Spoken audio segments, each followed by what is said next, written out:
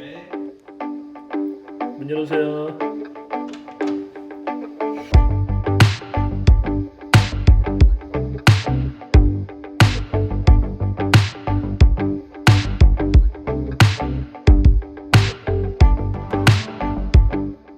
안녕하세요.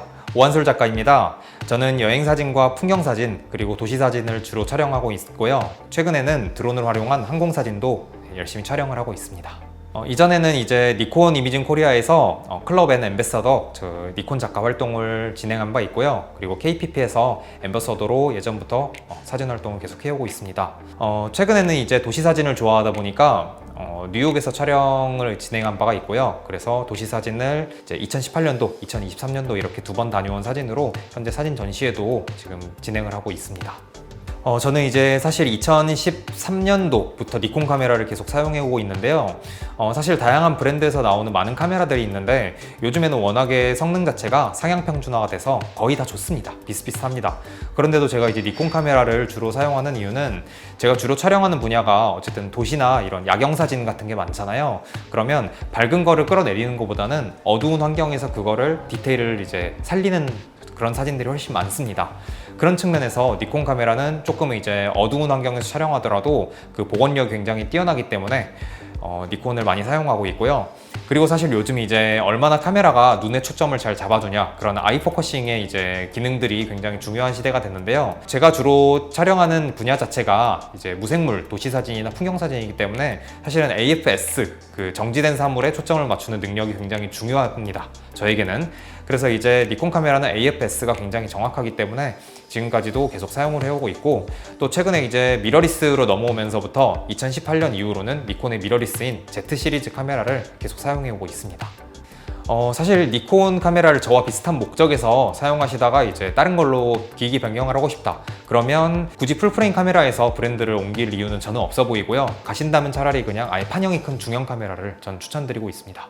왜냐하면 이제 중형 카메라 자체가 이런 정물을 촬영할 때는 비트수 자체가 더 높고요. 그리고 로우 파일의 퀄리티가 더 뛰어나기 때문에 뭐 최근에 나온 카메라라고 하면 후지필름이나 아니면 하셀블라드 여기서 나오는 중형 포맷이 훨씬 저는 더 큰 장점을 줄 수 있다고 생각하는데, 대신 중형의 단점도 존재하는 게 이 AF가 정말 별로예요. 최근에 나온 그런 풀프레임 카메라들이 훨씬 이제 오토포커싱도 훌륭하고 영상 기능도 많이 좋고 다양한 측면에서 좋기 때문에 사진에만 집중하고 싶다면 중형 카메라도 그래도 괜찮지 않을까, 저는 그렇게 생각하고 있습니다.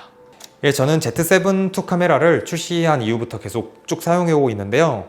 일단 Z7 II 카메라의 장점은 그 결과물의 퀄리티 자체가 굉장히 좋습니다. 제가 아까 말씀드린 니콘 카메라가 이제 안부 복원력이 굉장히 좋다고 말씀드렸는데, Z7 II의 그 로우 파일, 원본 파일 자체가 14비트의 퀄리티가 저는 굉장히 훌륭하다고 생각을 하고요. 그래서 7 II를 지금 일상용으로는 가장 많이 사용을 하고 있고요. 그리고 이제 지금은 들고 있지 않지만 Z8 카메라도 많이 사용을 하고 있는데요. Z8은 장점이 영상을 촬영할 때 그 12비트 로우 영상 촬영이 가능하기 때문에 저는 이제 사진을 촬영하면서 동시에 굉장히 하이 퀄리티, 높은 품질의 이제 영상을 담을 때 Z8 카메라도 같이 병행을 하고 있습니다. 근데 이제 Z8 카메라는 어쨌든 이제 플래그십에 가깝기 때문에 카메라가 세로 그립은 달리지 않았더라도 굉장히 크고 무겁습니다. 그래서 저는 일상에서는 Z7 II를 최대한 주로 더 많이 사용하고 있는 편입니다.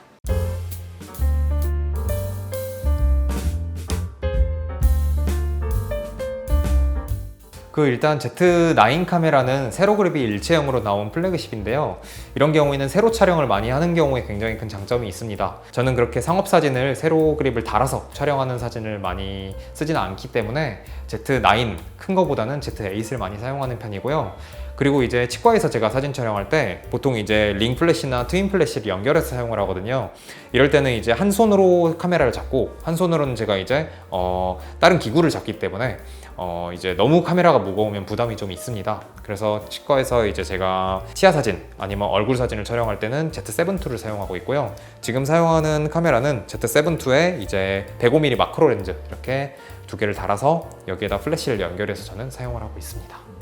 혹시 Z9이랑 그 Z7 II랑 좀 차이가 있어야 되는데? 네, Z9하고 Z7 II의 차이점이라고 말씀드리면, 일단 카메라 자체의 이제 퍼포먼스나 성능은 당연히 Z9이 더 좋습니다. 예를 들면 뭐 AF 능력이나 아니면 얼마나 초점을 더 빠르게 잡고 연사를 빨리 하고 이런 환경은 당연히 Z9이 좋습니다.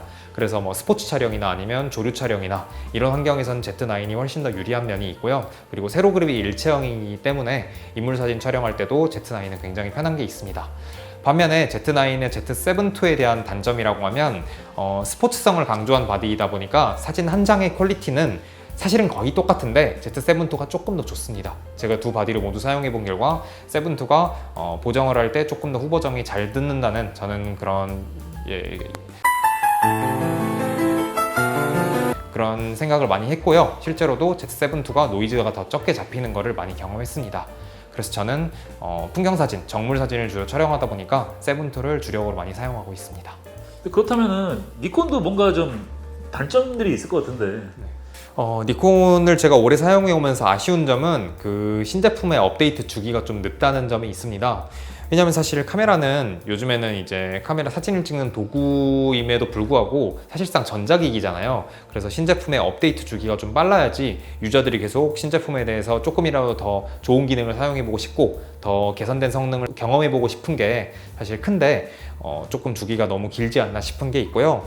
그래서 이제 아무래도 다른 타사에 대비해서 렌즈군도 조금 저는 부족한 면이 있다고 생각합니다. 그리고 요즘 이제 카메라계의 트렌드 자체가 사실 영상의 퀄리티, 영상의 성능, 그리고 AF를 얼마나 잘 잡아주느냐 이게 있는데 니콘의 AF 성능은 사실 현재 지금 최신 기술, 가장 좋은 기술을 탑재한 타사에 비해서는 아직은 조금 부족한 면이 있기 때문에 눈에 초점을 잡아주는 IAF가 굉장히 중요하신 작가님들은 니콘 카메라를 선호하지 않을 수도 있지 않을까. 하지만 저처럼 이제 정물을 주로 촬영하는 경우에는 니콘이 큰 장점을 아직까지 보여주고 있어서 저는 니콘을 주력으로 사용하고 있습니다.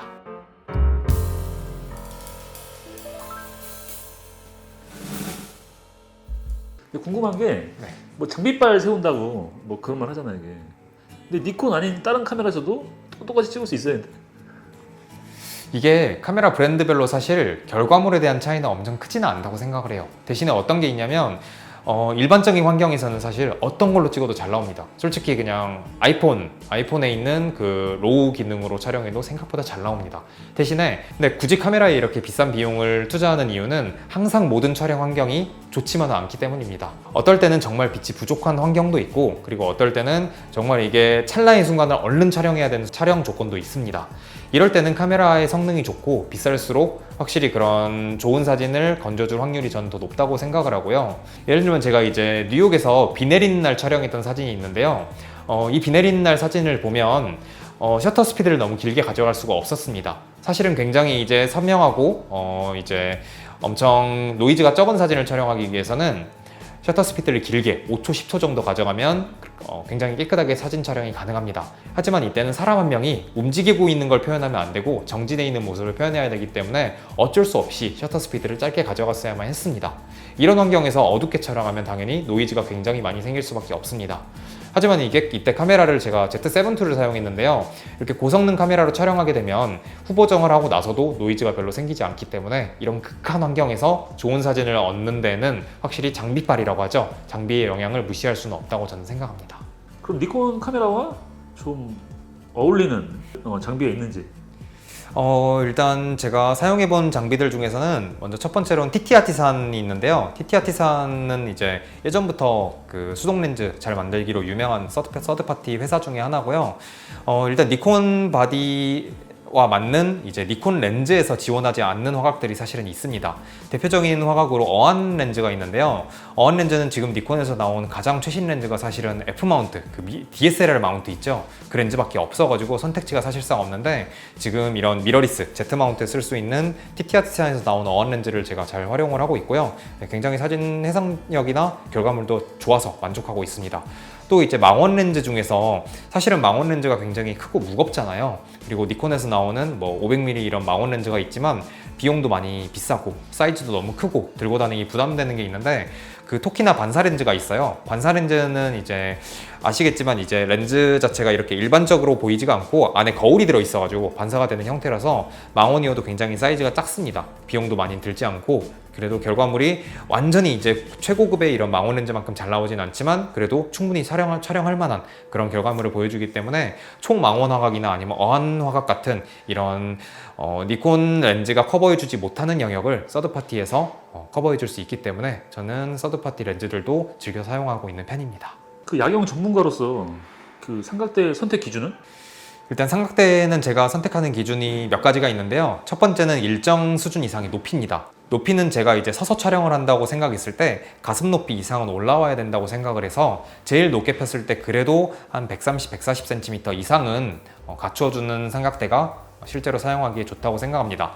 왜냐하면 그것보다 낮으면 이제 이 센터 컬럼을 올려야 되거든요. 센터 컬럼을 올리면 어쨌든 간에 그 진동이나 이런 외부 환경 요인으로부터 취약해질 수밖에 없기 때문에 기본적으로 높이를 저는 중요하게 생각하는 편이고요. 그 다음에 이제 두께예요. 두께 같은 경우에 사실은 여행용으로 가볍게 나온 삼각대도 있습니다. 예를 들어서 제일 두꺼운 지름이 뭐 25mm라든가 이런 삼각대도 있는데 사실은 이제 한 장의 사진을 정확하게 촬영하는 게 야경에서는 굉장히 중요하니까 최소 그래도 저는 28mm에서 32mm 이상의 저는 두께를 추천하고 있습니다. 그래서 저는 여행을 다닐 때도 사실은 32mm 두께짜리 그 정도 삼각대를 쓰고 있습니다. 그래서 그 정도 일정 수준의 높이 그리고 일정 수준의 두께 정도가 정해지고 나면 그 다음은 이제 소재거든요. 소재도 이제 너무 저렴한 소재가 아닌 조금 괜찮은 소재를 사용해줘야지 촬영 환경에서 발생할 수 있는 진동들을 흡수해주고 그리고 깨끗한 결과물을 만들어줄 수 있기 때문에 저는 그 정도를 주로 보고 있습니다.